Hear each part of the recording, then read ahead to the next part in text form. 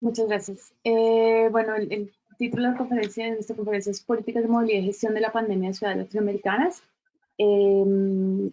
Ana y yo hemos venido trabajando en análisis de políticas públicas desde hace ya varios años y también trabajamos, digamos, con una red internacional que mira temas de accesibilidad en países de bajos ingresos, de movilidad y accesibilidad en países de bajos ingresos. Si puedes pasar a la siguiente.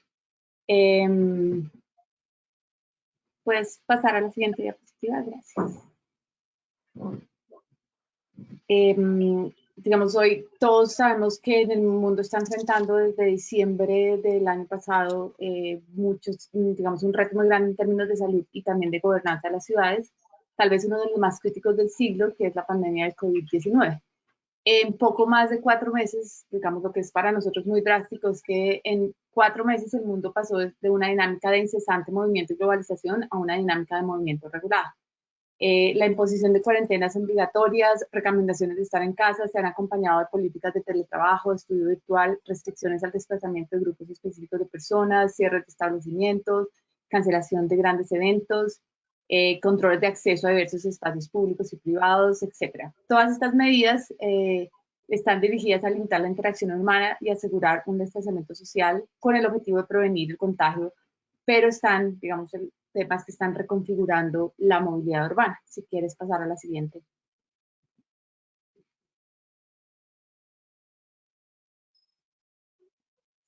Bueno, y estamos intentando mostrar cómo estos cambios suscitados por la pandemia podemos, digamos, diferenciarlos en dos momentos. Un momento de lo que denominaríamos la movilidad en tiempos de normalidad y otro que sería la movilidad en tiempos de pandemia. Y hemos encontrado algunas reflexiones sobre ese tema, tanto digamos, en la literatura sobre movilidad como en la literatura más contemporánea que han comenzado a surgir sobre el tema del contagio. Entonces, una cosa muy importante que hemos evidenciado es cómo en las condiciones de normalidad los sistemas de transporte son concebidos en términos de competitividad, productividad, eficiencia, equidad en esos procesos de globalización, y de hecho la inmovilidad ha sido vista como un indicador de pobreza, desigualdad y marginalidad, y como una estrategia para encerramiento de grupos considerados marginales, los locos, los presos, o de reclutamiento de personas. Y digamos, a lo largo del mundo moderno ha habido muchas movilizaciones sociales por el derecho a la movilidad y se han construido políticas orientadas a promover la integración y la accesibilidad urbana. Pero cuando observamos los tiempos de pandemia vemos que las políticas buscan, y las políticas y los agentes públicos buscan crear ciudades eficientes donde haya ese punto óptimo entre movilidad e inmovilidad.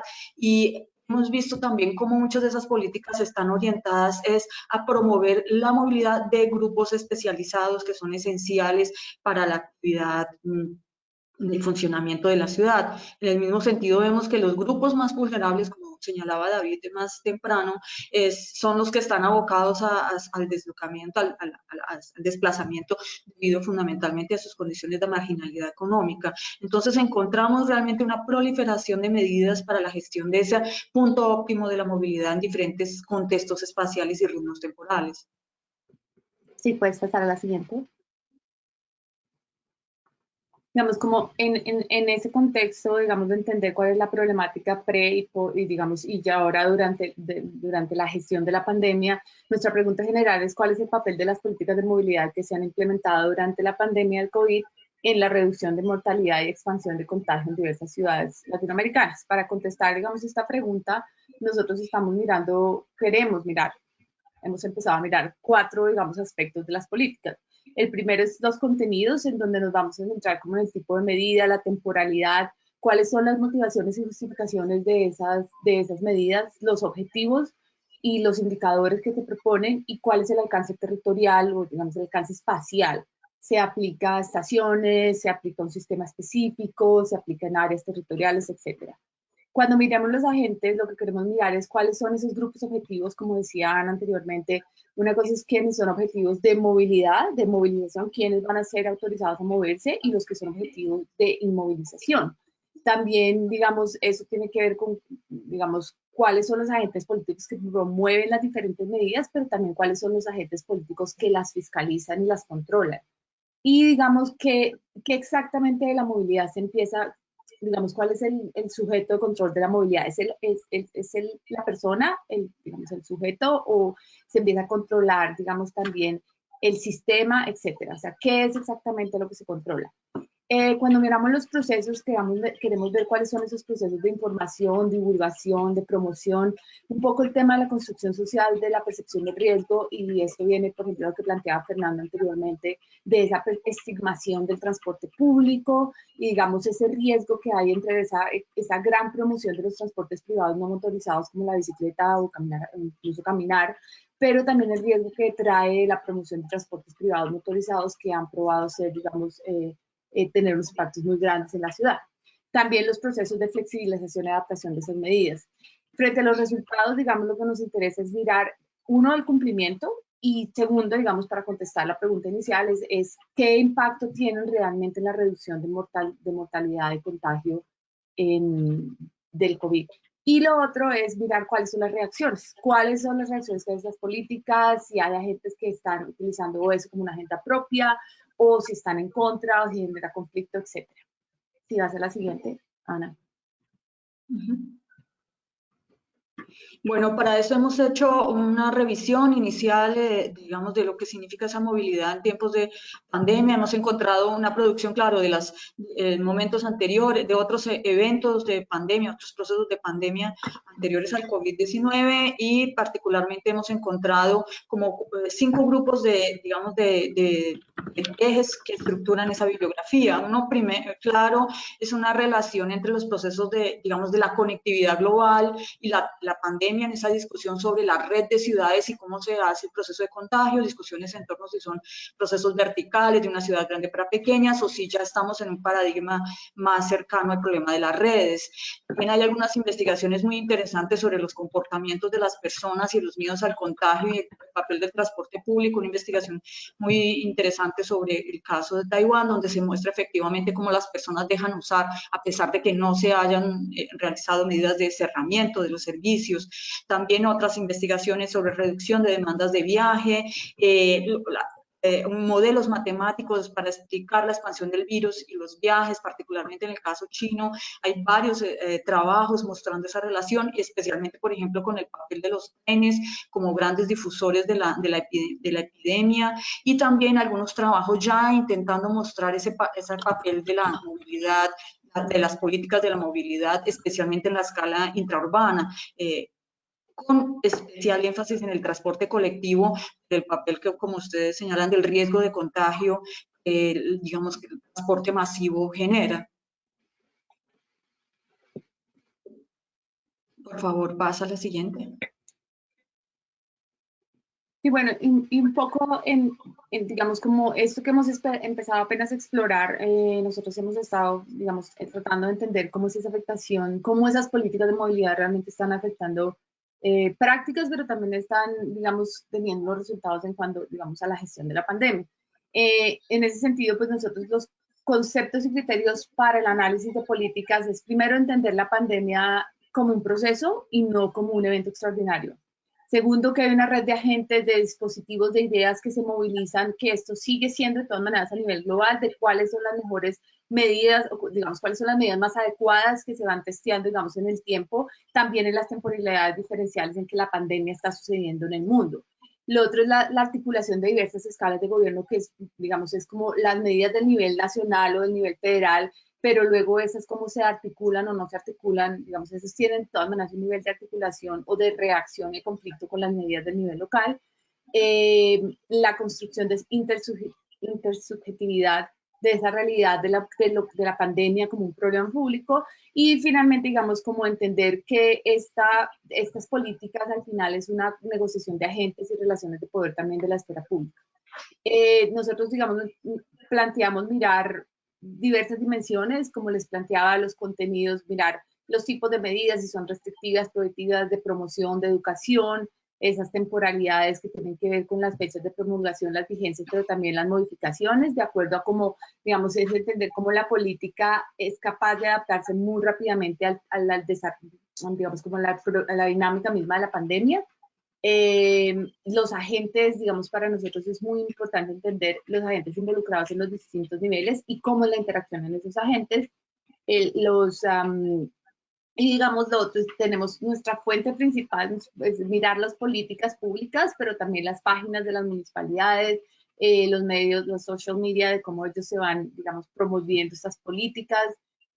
Hay algunas encuestas disponibles y mirar otras investigaciones que ya se están haciendo sobre el tema. Nosotros pensamos hacer un análisis documental de las políticas, un análisis descriptivo de fuentes estadísticas sobre todo los datos de contagio y mortalidad, pero también un análisis de redes que tiene que ver sobre todo con el tema de agentes y un análisis temporal, digamos, de esas medidas, digamos, de ese entendimiento de la pandemia como un proceso.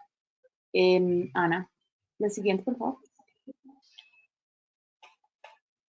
Bueno, hemos encontrado, inicialmente comenzamos a hacer una base de datos con Natalia, donde hemos estado registrando todas estas medidas a partir de las fuentes y hemos encontrado algunos resultados interesantes en términos de, digamos, de esa generalidad. Todavía estamos en la fase de recolecta de datos y de procesamiento, que es un trabajo bastante difícil, y también de definir cuáles son las muestras que vamos a utilizar y cómo conseguimos movilizar una red bien más amplia de investigadores para hacer esto a partir de la red Intalink en la cual trabajamos. Pero hemos encontrado, por ejemplo, una gran proliferación de medidas sobre movilidad. Hay otros estudios que están haciendo como todas las medidas que se están tomando en la pandemia, incluyendo salud, educación, todos los ámbitos posibles, toda la administración de la infraestructura hospitalar. Nosotros queremos centrarnos en la movilidad y hemos visto efectivamente una proliferación muy grande de medidas del sistema de transporte, mostrando la centralidad del sistema para los sistemas urbanos. También hemos encontrado que hay una gran multiplicidad de espacios que están siendo regulados, desde los andenes, las veredas o las ciclovías, como las estaciones, los propios buses y la propia escala de los individuos también. O sea, hay muchos uso de las bicicletas, las distancias. Entonces hay una multiplicidad muy grande de agentes y de espacios de regulación, y también hay una diversidad, conflictos muy fuertes que hemos denominado conflictos escalares en la construcción normativa. Tiene que ver, por ejemplo, con decisiones que se toman en el ámbito federal y que luego cuando los ves en los ámbitos locales son tomadas en otra dirección. El caso de Brasil creo que es uno de los casos emblemáticos en esto por las decisiones que ha tomado el presidente Bolsonaro en relación con las políticas de aislamiento y cómo los alcaldes han venido reaccionando de manera contraria, inclusive con dictámenes del Supremo Tribunal Federal para evitar que el presidente tenga incidencia en esa construcción de las políticas. Y el último elemento que nosotros hemos observado con gran interés es el problema de, a partir de un poco de Gusfield y la idea de construcción de un problema público, es todo el problema de cómo se lidia con las incertezas, con esta ambigüedades en torno del futuro y cómo las alcaldías y los agentes políticos intentan construir la idea de hay un futuro próximo y en eso qué vamos a hacer sin una claridad muy grande, digamos, en términos de unas vacunas o de esa transformación. Hay una incerteza muy grande y hay esa proliferación está asociada a esa incerteza, creemos. Entonces, como ven ustedes, hay una gran cantidad de medidas. Pueden ver que hay modificación de itinerarios, disminución de flota, todo el control, digamos, de la densidad de pasajeros. Hay toda una discusión. La higienización, por ejemplo, es uno de los factores claves que en prácticamente todas las ciudades se han tomado. También restricciones por género en algunos lugares, en Colombia, en Ecuador, en Perú, pero por ejemplo en Brasil no. Hay muchos otros elementos sobre regulaciones para bicicletas, para los peatones, distancias mínimas, filas, códigos de vestimenta, toda una serie de medidas que afectan por lo menos esos 4 ámbitos que hemos detectado inicialmente. Por favor, la siguiente. Y aunque nuestro análisis se centra, digamos, en el tema de las políticas y la gestión de la pandemia, nosotros estamos haciendo, digamos, trabajando en paralelo con otros miembros de la red Intalik para Latinoamérica, que está mirando más un análisis de las prácticas. Este análisis lo están haciendo diferentes investigadores, gente, digamos, de varias universidades, de la Universidad Federal de Minas Gerais, de Río Grande do Sul, en Perú, la Universidad del Pacífico, la Católica de Uruguay, el University College London, en Colombia está la Universidad del Norte, en Barranquilla, la Universidad Nacional y la Universidad de los Andes, etcétera. Pero digamos, el objetivo de esta Otra investigación paralela que nosotros entendemos que va a nutrir y nos va a permitir hacer una comparación entre el efecto de estas políticas en la práctica es revisar los efectos de la pandemia en, digamos, en los cambios de patrones de movilidad y los hábitos diarios de las personas. Y, por ejemplo, que esos cambios de distribución de tiempo, dedicación de determinadas actividades durante, antes de la pandemia, etcétera. Toda esta información también está disponible en la página web de nuestra red y, digamos, le dejo a Ana presentar un poco como súper general que nos cuente la última diapositiva. Ana.